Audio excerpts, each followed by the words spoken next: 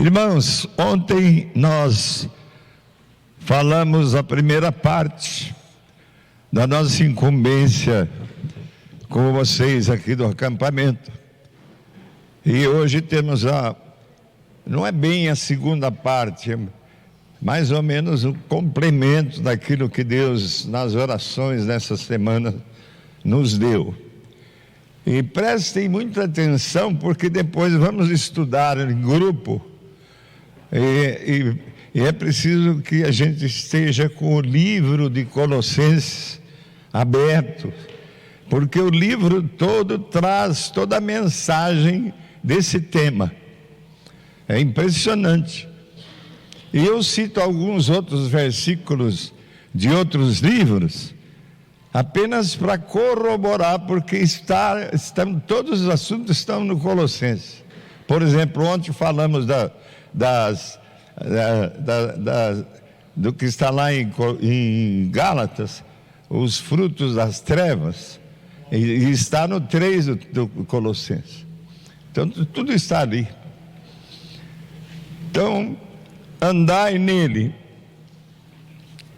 E nós vimos um quadro bonito lá na sala Pastor Rubens de Patrocínio, lá, um quadro bonito, com colosso de pés andando para Cristo, e está escrito Jesus, mestre, mas o que tinha que estar escrito lá, aquilo que ontem a palavra nos falou, Senhor, porque no versículo que estamos pregando, o Jesus é Senhor. Então aqui diz assim, ora, versículo 6 do capítulo 2. E vou esperar as pessoas sentarem, porque ontem eu disse que aprendi na Argentina que a hora que começava a pregar, ninguém mais levantava, ninguém mais andava. Isso aprendemos na Argentina, e é uma coisa boa, um respeito à palavra de Deus. Não é a palavra do Abílio, é a palavra de Deus. Está aberto aqui a palavra de Deus. Então, diz assim o texto áureo, texto básico, versículo 6 do capítulo 2 de Colossenses. Não fecha o livro.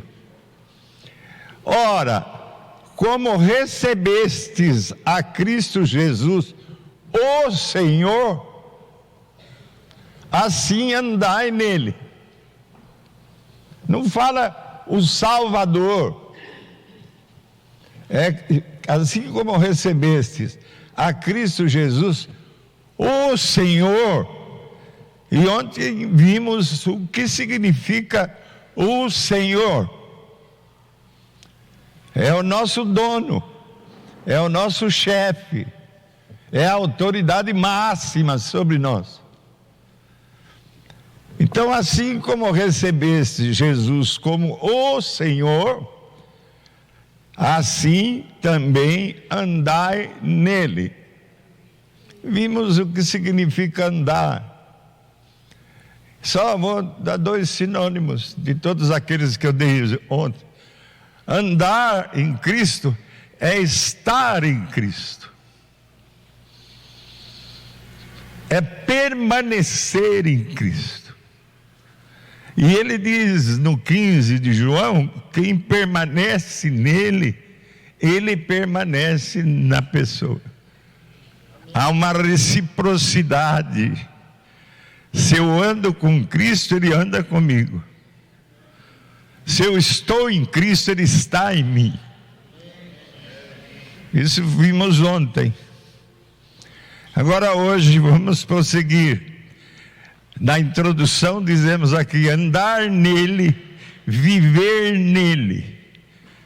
Porque é a mesma tradução. Você pega a Bíblia aqui do Shed, é andar nele.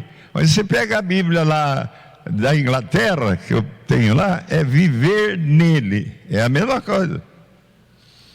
Então andar nele, viver nele, assim como foi recebido pela fé, Jesus deve agora ser, mediante a fé, o padrão de vida E que padrão é esse? Vimos no final ontem. Andar nele.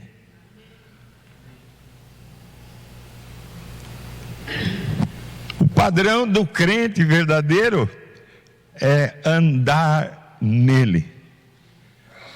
Andar no reconhecimento constante do senhorio de Cristo, da autoridade de Cristo sobre nossa vida, sobre a nossa existência. Não é ser crente. Essa palavra está defasada. É ser realmente cristão,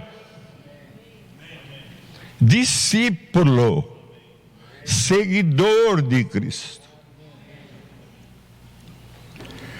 E diz aqui, no 2 Coríntios 5:7, um versículo que a gente sabe de cor, tão pequenininho, diz assim: visto que andamos por fé e não pelo que nós vemos. O crente verdadeiro não anda pelo que ele vê. Hoje eu vou na igreja porque eu vou ver maravilhas. Não é isso.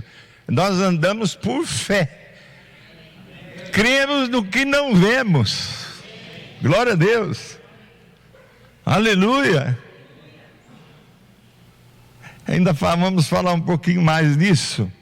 A união íntima, espiritual e viva entre o crente e Cristo é mencionada repetidas vezes nessa carta de Colossenses. Para eu estar falando aqui, essa semana eu li várias vezes o livro todo de Colossenses. E eu dizia para a Neide: nossa, como é difícil. Precisava ir nos outros livros para entender um pouco mais o Colossenses. É o que fizemos aqui. Esses três textos que vamos mencionar na introdução aqui são exatamente do livro de Colossenses. Por exemplo, capítulo 2, versículos 7 e 10. Você que está com a Bíblia, acompanha. Capítulo 2 de Colossenses, versículos 7 e 10. Diz assim: nele radicados e edificados. Nele quem? Em Cristo. Nele confirmados na fé, tal como fostes instruídos, crescendo em ações de graça. Também nele estáis aperfeiçoados. Ele é o cabeça de todo principado e potestade. Quem? Jesus. Paulo, ao escrever essa carta com Timóteo de Roma para Colossos, ele entendia, porque vivenciava essa realidade. O objetivo da oração de Paulo pelos colossenses era que eles pudessem viver dignamente diante do Senhor, para que tudo que fizessem agradassem a Ele. Pois a conduta cristã agradável a Deus envolve praticar boas obras. E eu cheguei aqui e falei: eu preciso vivenciar essas boas obras. Sentado ali, eu havia esquecido a Neide em casa, foram buscar ela de carro, e tinha pouca gente. Deu para eu cumprimentar todos, abraçando, beijando. Só alguns não cumprimentei, porque ontem conversamos muito juntos, não precisava. É uma boa obra, e o crente não cumprimenta. Às vezes a pessoa chega ali, cumprimenta aquela e vira as costas para o outro. Boa obra é tudo que nós podemos praticar no sentido de estarmos agradando a Cristo. Não é para agradar quem você cumprimenta só. É a Cristo que está em você. É a Cristo que você está nele. É a Cristo que você permanece nele. E ele permanece em você porque você permanece nele.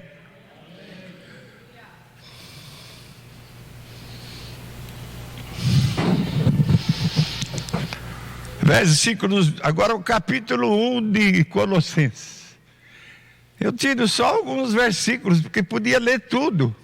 Capítulo 1 de Colossenses, versículos 27 e 28. Cadê sua Bíblia? Mostra ela, mostra. Crente anda com a Bíblia. Não separa da Bíblia. E se você esqueceu, lê da Bíblia do irmão aí ao lado. Por quê? Porque não é apenas ouvir a palavra. Ouvir a palavra já é uma coisa boa. Mas é ler a palavra. Isso está no 1 de Apocalipse.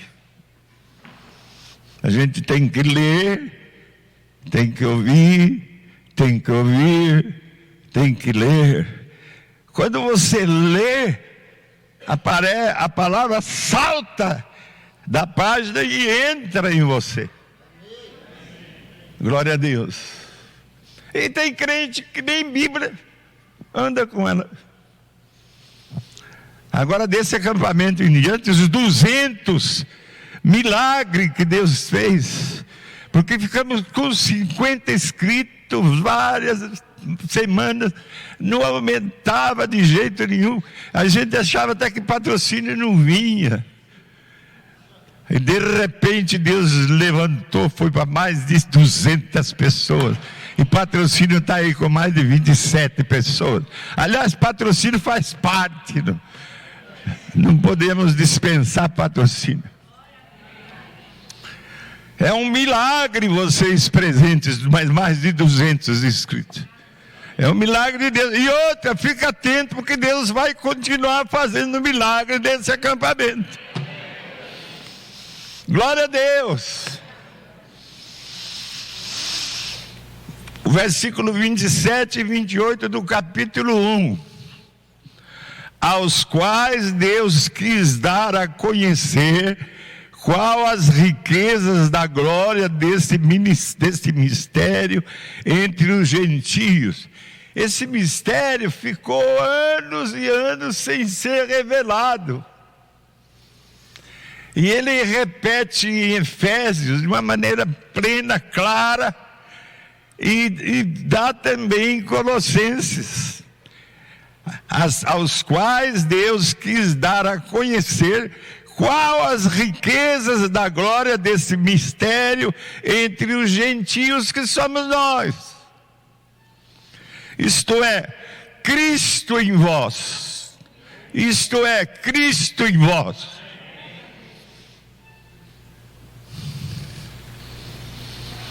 A esperança da glória. A minha expectativa, especialmente vivenciando nesta chácara, é essa esperança da glória, de estar com Ele. De repente Ele vai voltar. Pode até ser aqui nesse acampamento. Ninguém sabe, por isso nós temos que estar em vigília, em oração. De repente tudo escurece, clareia o mundo todo, e Ele aparece nas nuvens, e os anjos descem, e os anjos vão procurar a nós. Entre tanta gente, eles vão procurar a nós que andamos com Cristo, que estamos em Cristo, que permanecemos em Cristo, que vivemos como Cristo. Essa é minha esperança, é a tua esperança. Você não vive para ter sucesso nesse mundo. O teu sucesso pleno e completo só vai acontecer na volta de Cristo Jesus, o qual nós anunciamos, advertindo a todo homem e ensinando a todo homem e mulher também, porque está incluído homem e mulher, em toda a sabedoria. O novo convertido vem à igreja e para a igreja e não pode ficar como novo convertido, tem que ser ensinado, discipulado. Líderes que me ouvem, a fim de que apresentemos todo homem perfeito em Cristo. Não é um crente qualquer que vai domingo no culto, se mostra, vai para casa, volta no outro. Não é isso. É um seguidor. É um que está com seus passos em Cristo Jesus. Cristo dentro de nós. E a maneira como foi feita a proclamação com toda a sabedoria. O objetivo desse ministério contínuo de passar Cristo a quem não tem,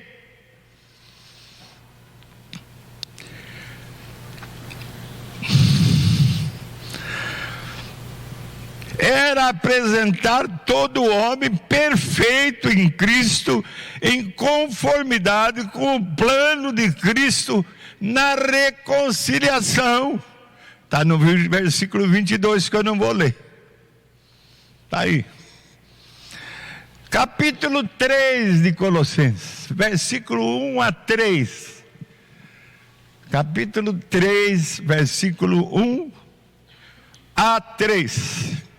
Portanto, se fostes ressuscitados juntamente com Cristo, buscai as coisas lá do alto, onde Cristo vive, assentado à direita de Deus. Pensai nas coisas lá do alto. Larga a mão de ficar pensando nessa empresa que vai ser queimada, de ficar só vivenciando essas coisas em torno. Tem que pensar em Cristo e aonde Ele está agora, no céu, sentado à direita do Pai. E espiritualmente, no capítulo 2 de Efésios deixa claro, nós também estamos espiritualmente assentados com Cristo à direita do Pai.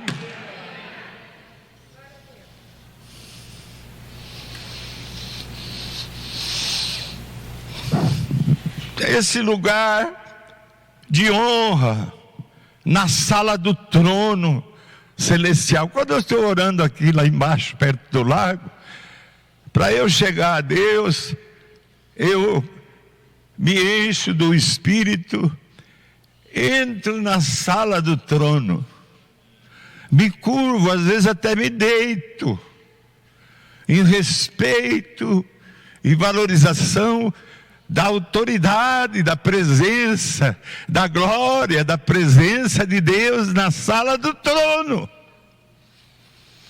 Eu me lembro, ao deitar humildemente, sujeitando-me à autoridade do Pai, do Filho e do Espírito Santo, que eu posso me levantar, porque eu também estou sentado à direita de Deus.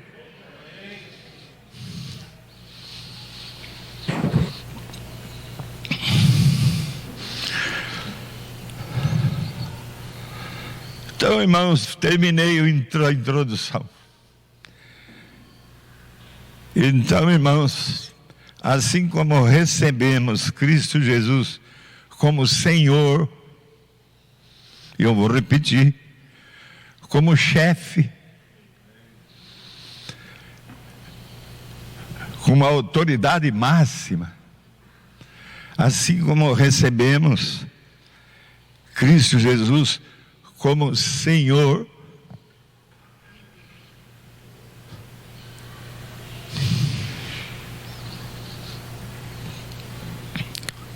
E se não recebemos como Senhor, no discipulado, ensinamos e passamos essa instrução super necessária para que o discípulo entenda. Onde vimos o que significa o nome dele de Cristo. Cristo é o nome profético de Cristo. Jesus é o nome histórico. Mas a hora que ele ressuscitou, ele foi ressurreto no poder de Deus e foi elevado por Deus. E Deus deu o nome sobre todo nome para ele. Que nome é esse? Senhor.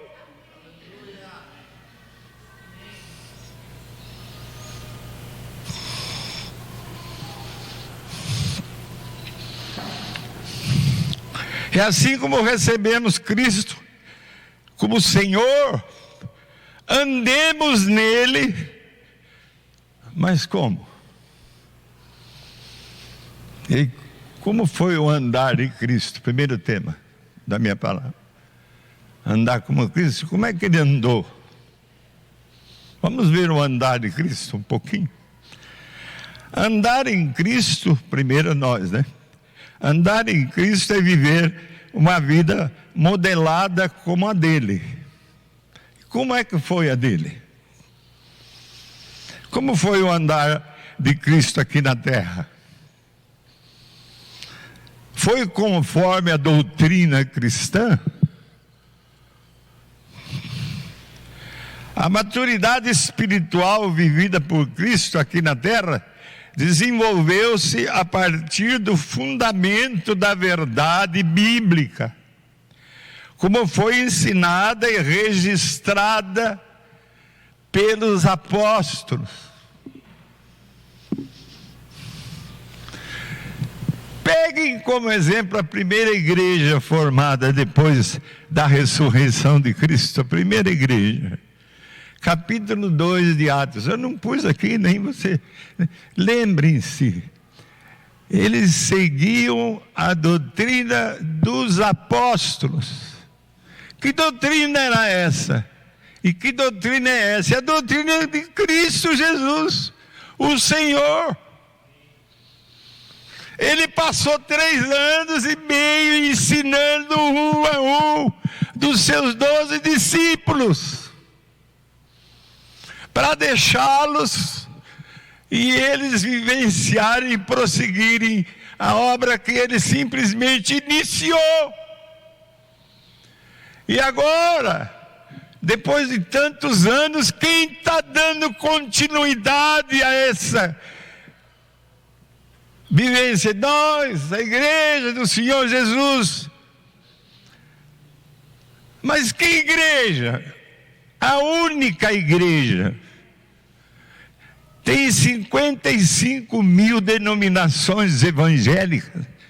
Não é isso que a Bíblia está falando. É o corpo de Cristo.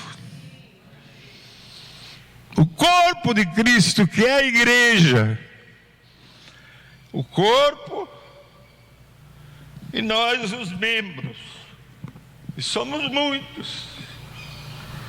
Mas somos um porque estamos no mesmo corpo. Não há 2 corpos. Eu estava em Jerusalém, com o prefeito de Jerusalém, com alguns pastores, e alguém perguntou para ele: vocês já procuraram saber se esse Jesus que nós servimos é o Cristo que vocês esperam? Porque você sabe que os judeus continuam esperando Cristo. Já. O prefeito respondeu: E se for? Qual é a igreja que nós vamos trazer para cá? Ninguém respondeu. Um pensou na presbiteriana, outro pensou na batista, outro na renovada. Ninguém. Era fácil a resposta. A única. A igreja de Cristo. O corpo, cuja cabeça foi dada pelo Pai. A cabeça disse para esse dedinho assim: aponta o Ed. Ele obedece. A cabeça que manda. Desaponta do Ed, desaponta. Fala para o braço abraçar. Abraça a irmãzinha aqui. Ele não pode sozinho orar. A ordem foi para o braço direito. O esquerdo vai junto. E a hora que o braço direito abraça a Soninha, o braço obedece, o outro ajuda. É assim a igreja. Amém. Um ajuda o outro.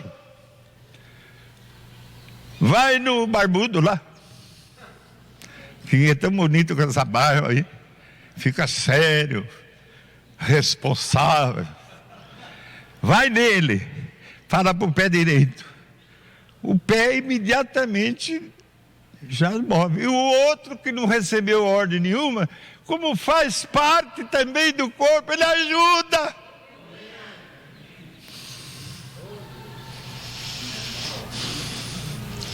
É simples.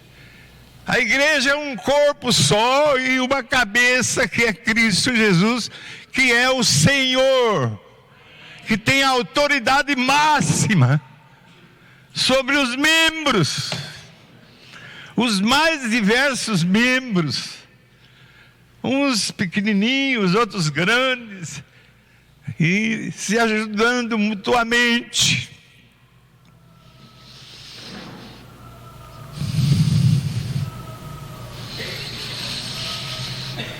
Vejamos 3 textos de Timóteo. Sabe por que eu peguei Timóteo?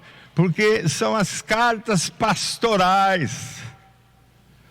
E eu estou falando aqui como pastor. Então eu peguei as 3 cartas, 3 textos. Está aqui 1 Timóteo 3,16. Acharam? 1 Timóteo 3,16, mostra para o outro que está sem Bíblia. E leia comigo. 3,16 de 1 Timóteo. Evidentemente, grande é o mistério da piedade. O que significa piedade aqui? Religiosidade. Grande é o mistério da religiosidade, da piedade. Aquele que foi manifestado na carne. Quem? Jesus. Foi justificado em espírito, contemplado por anjos, pregado entre os gentios na cruz, crido no mundo e recebido na glória. Alimentar-se continuamente das verdades das Escrituras, irmãos, é essencial para a saúde espiritual nossa, de todos nós cristãos. Não é televisão toda hora, todo dia. Ela não te enche de nada como a Bíblia te enche. Não precisa também deixar de ver televisão. Mas não se esqueça da palavra de Deus diariamente. 2 Timóteo, segunda carta pastoral, capítulo 3, versículos 16 a 17. 3, 16 a 17. Toda a Escritura é inspirada por Deus e útil para o ensino, para a repreensão, para a correção, para a educação na justiça, a fim de que o homem de Deus e a mulher seja perfeito e perfeitamente habilitado para toda boa obra. Até para o crente cumprimentar o outro, o crente, ele precisa da palavra.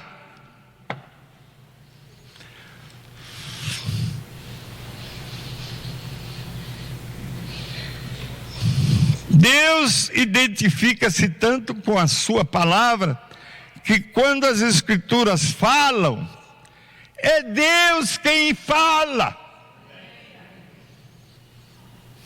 Essa palavra repetida agora por mim, é Deus quem está falando. Terceira carta pastoral, Tito, capítulo 2, versículo 1. Tito 2, 1. Tu, porém, fala o que convém à sã doutrina. Quanto aos homens idosos, estou eu agora no negócio. Homens idosos naquela época era de 40 e pouco para cima.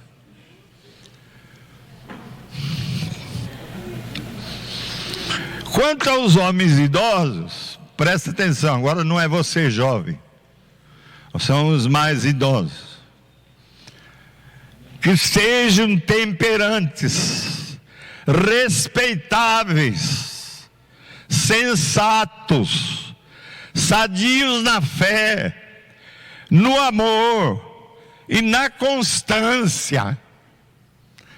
Agora, quanto às mulheres idosas, de 40 e pouco para cima naquele tempo, semelhantemente às mulheres idosas, que sejam sérias em seu proceder, não caluniadoras, não escravizadas a muito vinho, sejam mestras do bem, a fim de instruírem as jovens recém-casadas a amarem a seus maridos e a seus filhos, a serem sensatas, honestas, boas donas de casa.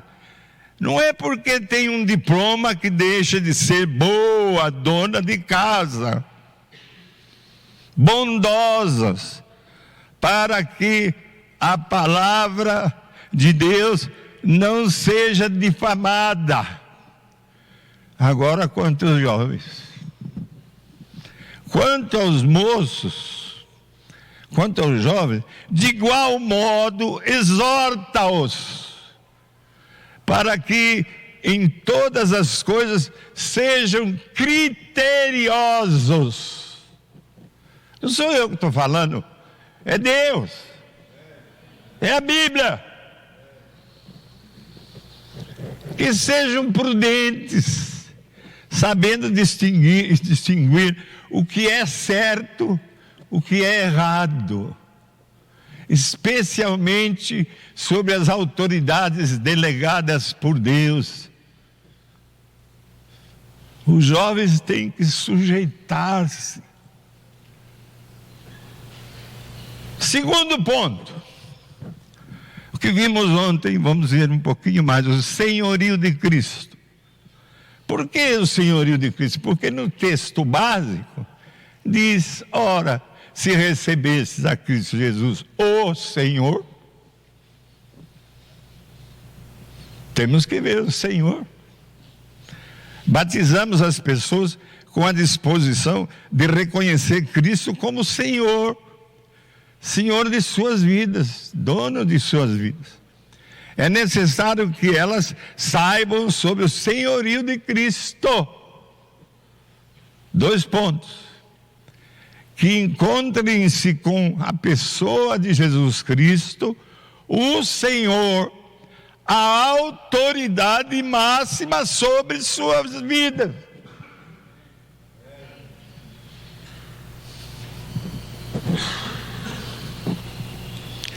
Se até agora o candidato que veio batizar aqui, se até esse momento do batismo ele viveu como ele queria viver, do jeito dele, daqui em diante deve estar disposto a entregar-se ao Senhor Jesus e a fazer o que Ele lhe ordene. Então a pessoa é batizada, morrendo e ressuscitando com Cristo, passando a pertencer assim ao reino de Deus. Eu vou ter que mostrar para que vocês não esqueçam. Até o momento do batismo, você viveu como você quis. E a gente até demitiu. Mas agora, você veio para o batismo, em nome de Jesus, para arrependimento de tudo que você andou fazendo, para mudança de caminho. Você andava nos seus caminhos, agora você vai andar no caminho. Eu sou o caminho, a verdade e a vida. Ninguém vem ao Pai senão por mim, Cristo Jesus. Então, morre, enterra-o, crucificado com Cristo nas águas, e o ressuscita para viver nova vida. Parece uma coisa simples, é uma coisa a mais importante de tua vida.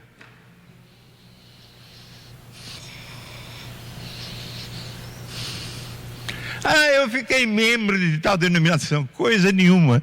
Você entrou para o reino de Deus.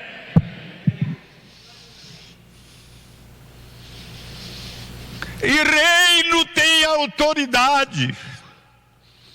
Você então, saindo, deixou de fazer o que você queria para fazer o que o rei quer que você faça.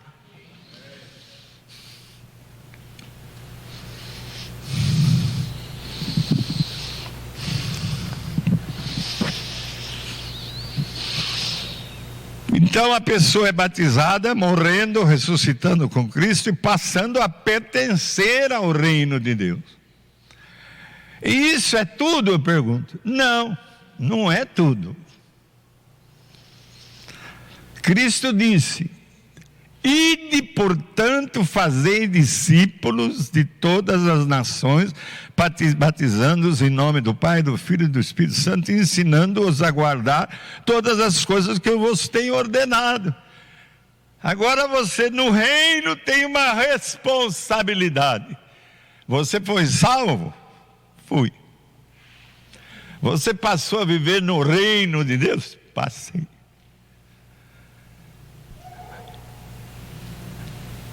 Agora você tem que passar para outros como você era,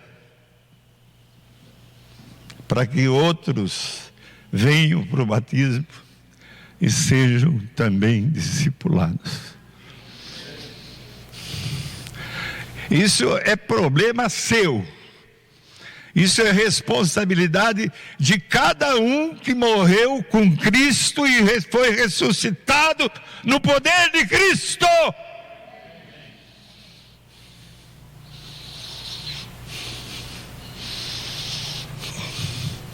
Isso, nesse ano de 2020, vai acontecer, como aconteceu nessa igreja no início, na tenda. Já está acontecendo, já está havendo um avivamento. A frequência das orações, nós tivemos uma semana de oração que triplicou o número de pessoas na vigília. Porque, irmão, crente que não ora, eu não vou nem falar. Crente que na hora de estar junto, para junto, Jesus está no meio, não está, Não vou nem falar. Porque ele só está junto quando dois se reúnem. Isso está em Mateus.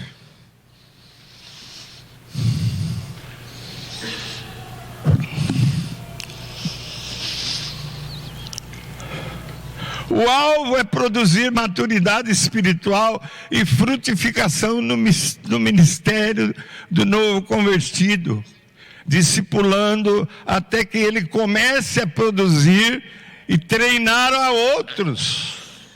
O coração do que se batiza está aberto a Deus, recebe o que lhe é ensinado, porque ele tem fome. Ele precisa comer.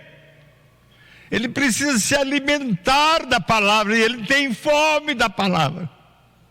O crente novo tem fome, precisa ter pessoas para dar a ele a comida que ele precisa, a palavra, e ensiná-lo.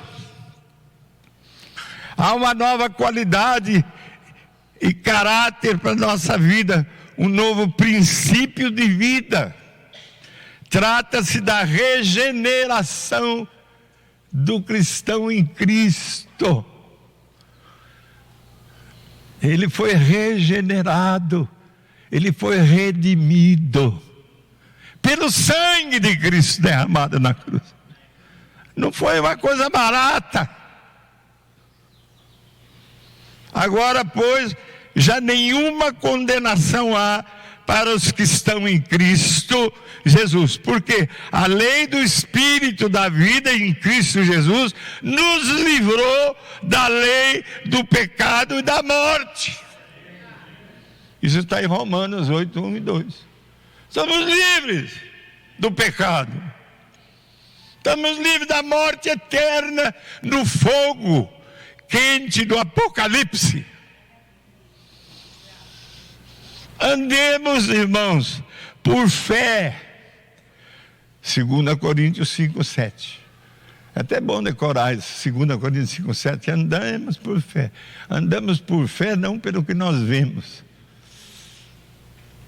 Visto que andamos por fé, não pelo que vemos. A verdadeira fé está baseada na segurança divina e é uma dádiva. É um dom de Deus. Eu posso afirmar aqui, você tem fé. Porque Deus não deixou ninguém aqui sem essa dádiva, sem esse dom.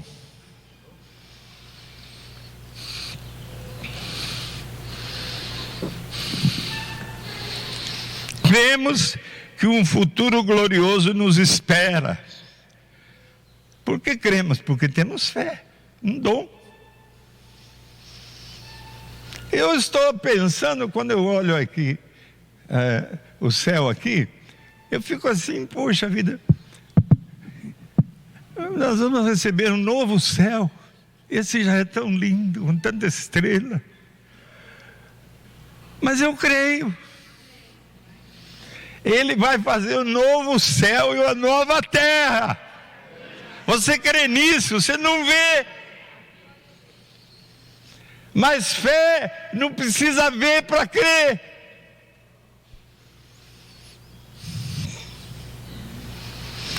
Você lembra de Tomé? Ele não creu que Jesus era Jesus ressurreto. Aí Jesus chegou para ele e mostrou. Ó.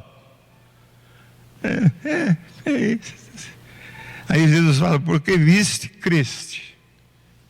Pergunta para ele, por que viste, creste?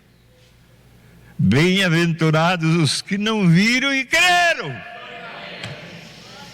Eu nem a Cristo vi e creio. Eu nem sei como é que vai ser esse novo céu, a nova terra, mas esse vai desaparecer, eu creio.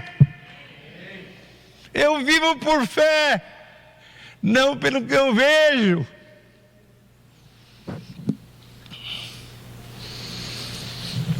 Andemos de modo digno. Efésios 4:1 fala isso. Rogo-vos, pois eu, o prisioneiro no Senhor, que andeis de modo digno da vocação a que fostes chamados, com toda a humildade. O que é humildade? É a virtude mais fundamental do cristão. Cuidado com esses cristãos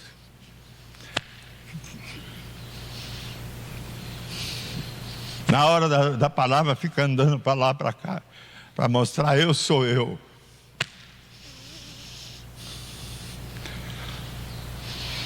Humildade.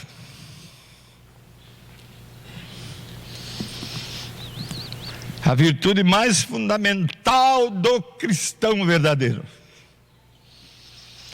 Mansidão. O que é mansidão? Diz respeito àquele que é manso de espírito e que tem domínio próprio. Quem é que tem esse dom? Quem entrega tudo para o Senhor? Tudo. Eu não sou dono de mais nada. Sou manso. Agora, quando eu tenho muito, eu defendo. Aqui em Acanga, o pai da Neide foi abordado por um amigo dele e disse: "Seu Cabra", ele tinha apelido de Cabra, "você entrou no meu cafezal aqui 3 carreiras. Quantas carreiras? 3. Fulano, passa cerca 4 carreiras para lá. Não precisa ser 4, 3. Não, mas para não ter dúvida. Ele era manso. Quem não tem nada é manso. Cuidado você que tem muito. É bom ir dando para a obra.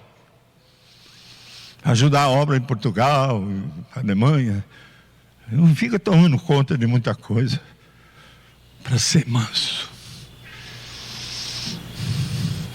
Mansidão diz a respeito àquele que é manso de espírito e que tem domínio próprio, com longanimidade.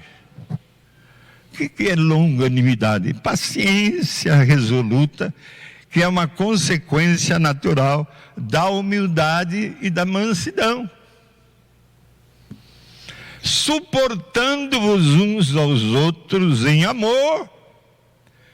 Aqui está a humildade, mansidão, longanimidade junto para suportar o irmão. Refletem-se no amor paciente pelos outros. Somos chamados, vocacionados a viver uma vida de tal modo exemplar que o mundo não possa negar que nós somos filhos de Deus.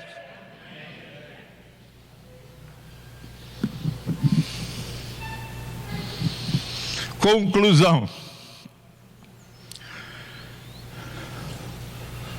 Levei 3 dias para fazer essa conclusão, orando, e ainda não está bem. Vimos, irmãos, que andar em Cristo é viver uma vida modelada segundo a dele. Vimos que somos edificados e confirmados na fé no Senhor Jesus. E que nossa maturidade espiritual desenvolve-se a partir do fundamento da verdade bíblica vivida por Cristo Jesus e como foi ensinada a nós pelos apóstolos. Você vai lá no capítulo 2 de Atos, você vai ver, começa assim, e eles viviam na doutrina dos apóstolos, na comunhão, na oração. E tem crente que nem na oração vem. Mas eles viviam todos E era impressionante, porque todos os dias, toda aquela gente da igreja descia para a porta do templo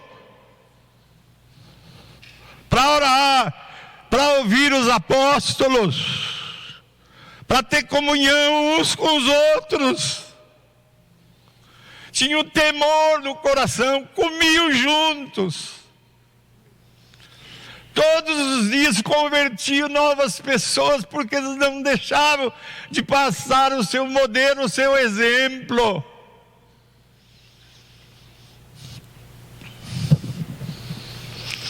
Andar em Cristo, irmãos, é alimentarmos-nos continuamente nas verdades bíblicas, indispensáveis para a saúde espiritual de todos nós cristãos.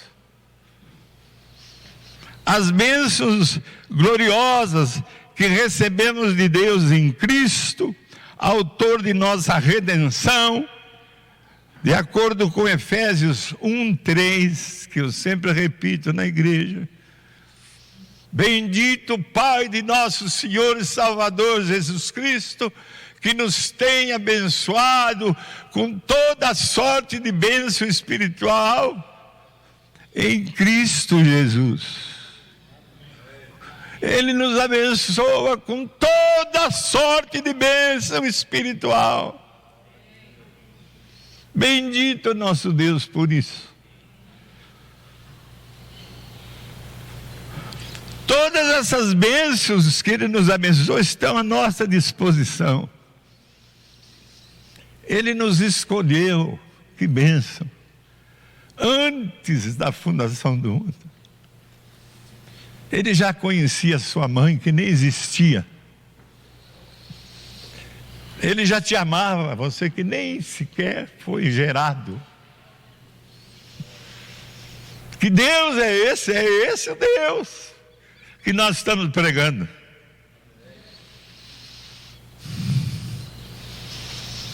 É esse Deus que planejou e nos predestinou em Cristo.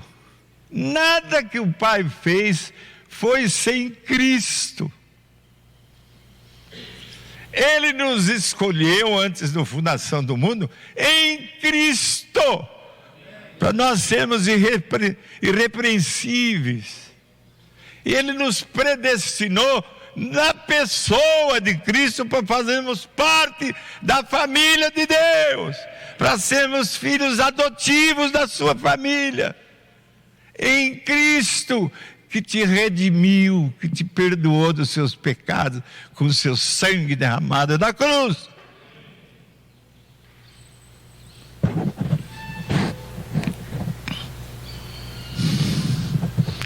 São esses privilégios, essas riquezas do reino celestial, todas as quais estão à nossa disposição. Não precisa nem pedir. Ele já nos abençoou em Cristo. Paulo declarou toda a riqueza da verdade para a salvação, santificação e glorificação encontrada em Jesus, nessa carta de Colossenses.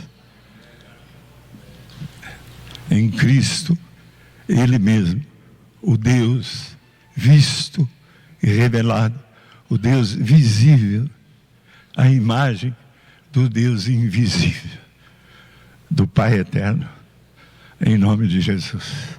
Amém e amém. tvcmc.com.br é o nosso canal para compartilhar o Evangelho do Reino de Deus e o senhorio de Jesus Cristo.